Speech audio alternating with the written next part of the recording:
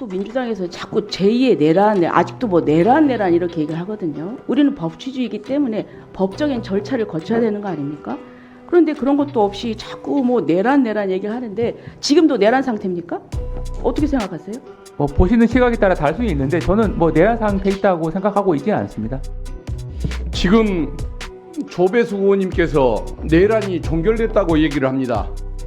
그리고 법무부 차관은 거기에 지금 동조하는 답변을 했습니다. 지금 내란 수계가 버젓이 저렇게 버티고 있고 국힘 의원들이 거기 가서 옹호하는 발언을 하고 있습니다.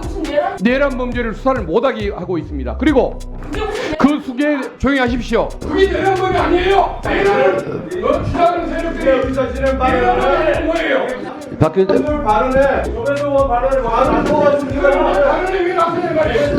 서로 자 조용히 해주세요. 박규태 의원님도 좀 진정하시고요. 저도 약간 거슬렸는데요. 차관님 수갑 차본 적 있어요? 없죠? 그렇게 질문을 하십니까? 지금의 대한민국을 두고 내란 상태인지 여기에 대해서는 여야 의원들이나 뭐 국민들 사이에도 분명히 시각차가 있을 겁니다. 박 대변인님. 예. 그럼에도 불구하고 정청래 위원장이 마지막 발언, 차관에게 수갑 차본 적이 있느냐. 이 말은 어떻게 들리셨습니까?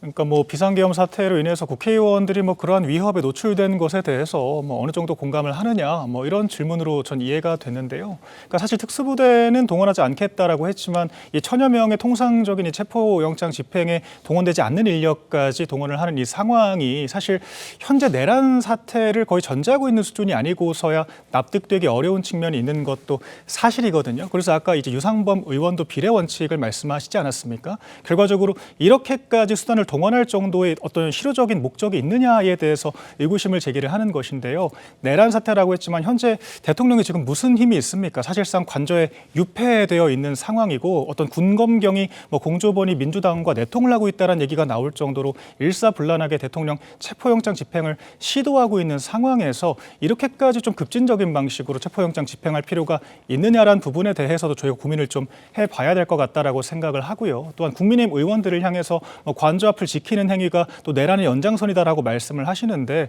즉 국민의힘 의원들 그 누구도 대통령과 직접적으로 소통을 한다거나 심지어 만찬 초청까지 거부를 할 만큼 이것은 대통령을 지키는 것이 아니다라고 분명하게 입장을 밝히고 있습니다. 이 헌법 수호를 위해서 현장에 나가 계시다라고 이야기를 하는 것이기 때문에 마치 현재 내란이라는 위기가 현재 진행형인 것처럼 이 불안감을 조장하고 이 대통령에 대한 현직 대통령에 대한 이 사상 초유의 이 강압적인 체포영장 집행을 정당화하는 듯한 발언을 하는 것은 좀 자중할 필요가 있다라고 생각합니다. 예. 수갑 얘기 오늘 여러 번 나왔습니다. 과연 현직 대통령을 체포하고 수갑을 채우려 드는 게 우리 국격에 도움이 되느냐 이런 논란도 있었습니다. 기본적으로 체포의 대상이 다른 일반 잡범이 아니고 국가 원수로서의 대통령의 그런 헌법이 부여한 권한이 소멸된 게 아니지 않습니까?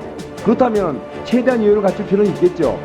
네. 대통령 최종 지위를 상실하지 않은 상태인데 이분을 체포하고 수갑 채워간다는 것이 국격을 저해하지 않는다라고 보는 국민들이 더 많을까요? 더 이렇게 국격을 저해할 수 있다고 보는 게 더 많을까요?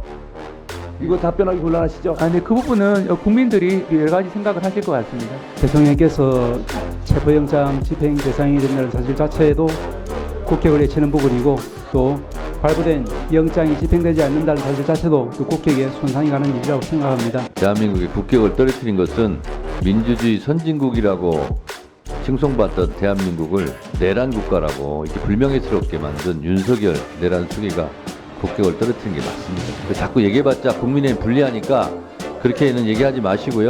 기자들이 공감하는 윤석열 검찰에서도 내란 구조원이라고 표현했어요. 누가요? 검찰. 기소장에 누구예요? 공급장에 어떤 검사인지 얘기해보세요. 성천 부장님. 예. 미친 민주당 주장은요? 현직 대통령의 예우도 하지 말고 체포하라 이런 주장입니까? 아니 뭐 그렇게 받아들이는 건 아닌 것 같고요. 공수처에서도 사실 대통령에 대한 예우를 최대한 하겠다고 하지 않았습니까?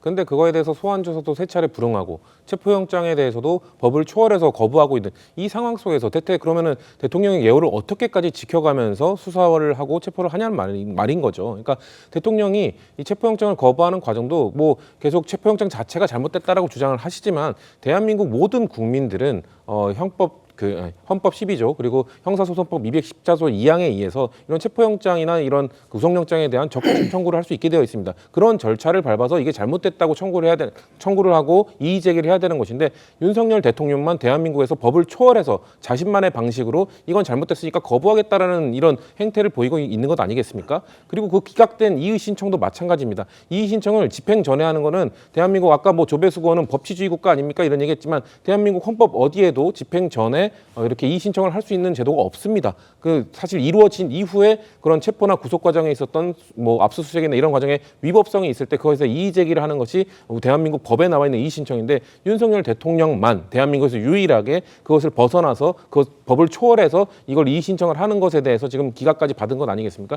이런 행태를 봤을 때 저는 대통령이 직접 수사에 응하면서 이랬다면은 대통령으로서의 예우를 다 최대한 갖춰가면서 수사도 받고 조사도 받았을 거라고 생각합니다. 하지만 이것들을 다 거부하고 있는 상황에서 그럼 대체 어떻게 예우를 해야 되는 것이냐? 체포영장조차도 지금 본인의 경호처를 동원해서 지금 막고 있는 상황인데 그러면은 대통령이 예우란 걸 어떻게 지켜야 되는지 저희는 알 수 없다라는 거죠. 그렇기 때문에 그 경찰이 만약에 체포를 하면 진름빌 들어가고 아까 우리가 얘기했던 그 모든 장애막들을 다 뚫고 들어갔을 때 대통령에 대해서 뭐 수갑을 채우고 저는 그런 것들도 국격을 해치는 모습이라고 생각합니다. 그렇기 때문에 최대한 만약에 진입을 하고 대통령을 대면하게 된다면 응해달라고 요청을 해서 그런 좀 같이 나오는 굳이 수갑을 채우지 않고 그런 모습이 연출되는 것이 더 낫다고 생각은 하지만 대통령이 만약에 거기서 끝까지 응하지 않는다면 또 어떻게 상황이 될 수는 없는 거죠. 그러니까 이런 예우는 그 수사기관에서도 필요한 것이지만 대통령의 태도에도 달린 것이다. 이런 말씀드리고 싶습니다.